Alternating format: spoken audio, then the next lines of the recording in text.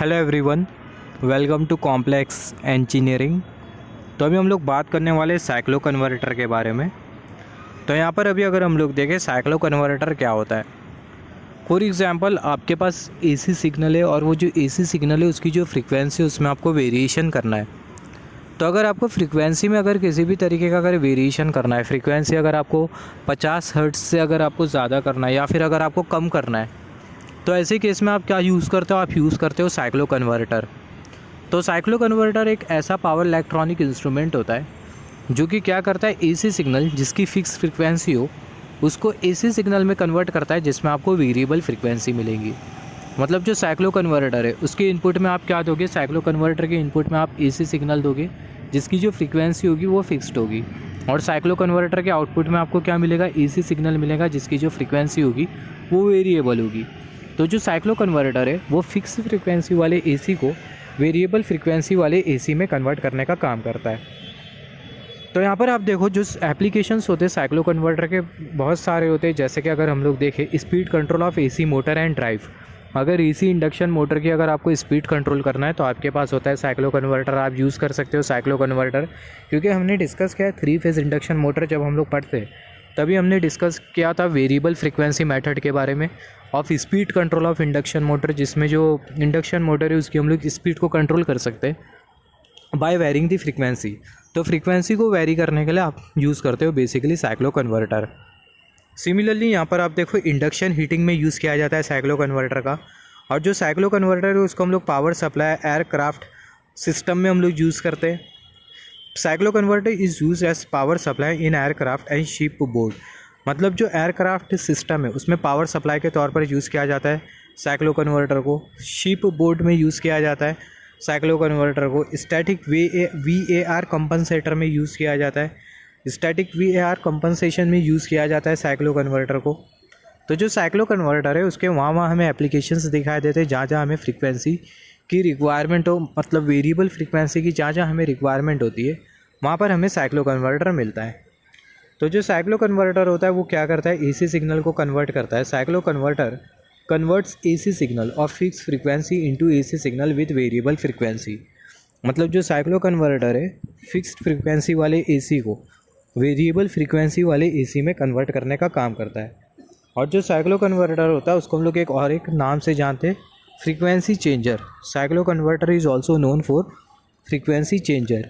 Similarly जो cycloconverter है उसको हम लोग AC टू AC कन्वर्टर भी बोलते हैं। Cycloconverter is also known for AC to AC converter. Similarly यहाँ पर आप देखो कन्वर्जन इज़ डन। जो साइक्लो कन्वर्टर है वो क्या कर रहा है, फ्रीक्वेंसी को कम ज़्यादा करने का काम कर रहा है, फ्रीक्वेंसी को वेरी करने का काम करता है। तो यहाँ पर ये जो वेरिएबल जो फ्रीक्वेंसी आपको जो मिल रही है, या फिर आप बोल सकते हो जो फ्रीक्वेंसी में आपको जो कन्वर्जन जो मिलेगा वो किस तरीके से होता है, ये होता है पावर सेमीकंडक्टर स्विच के थ्रू जो कि साइक्लो कन्वर्टर में लगा होता है, और कंट्रोल सर्किट के थ्रू।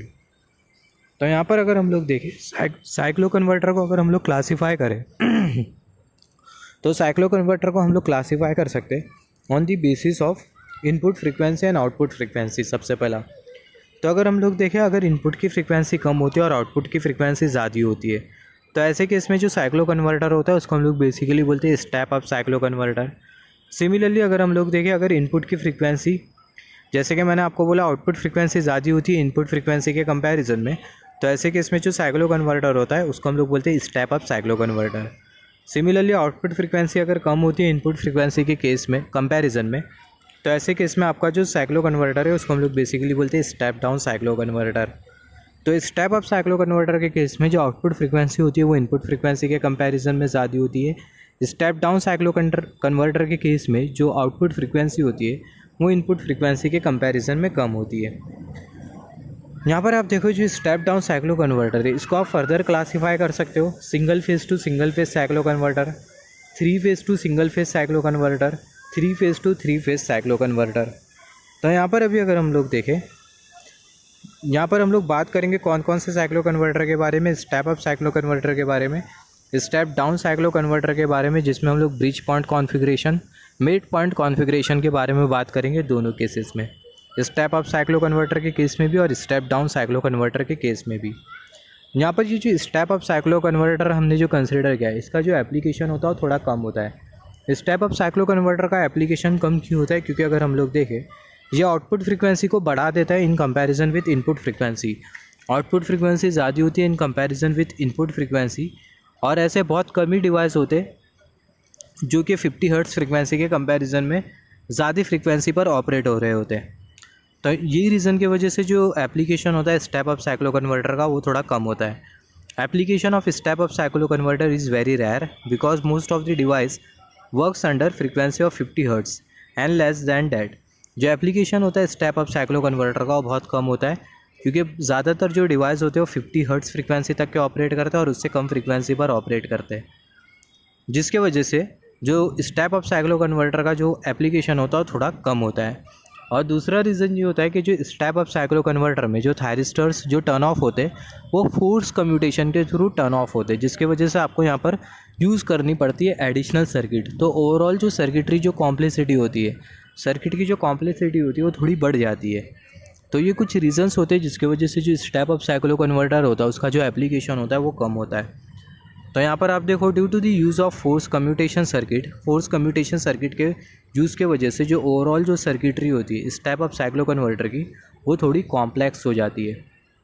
तो यहाँ पर अगर आपको कोई पूछे जो स्टेप अप साइक्लो कन्वर्टर है उसका एप्लीकेशन कम क्यों होता है?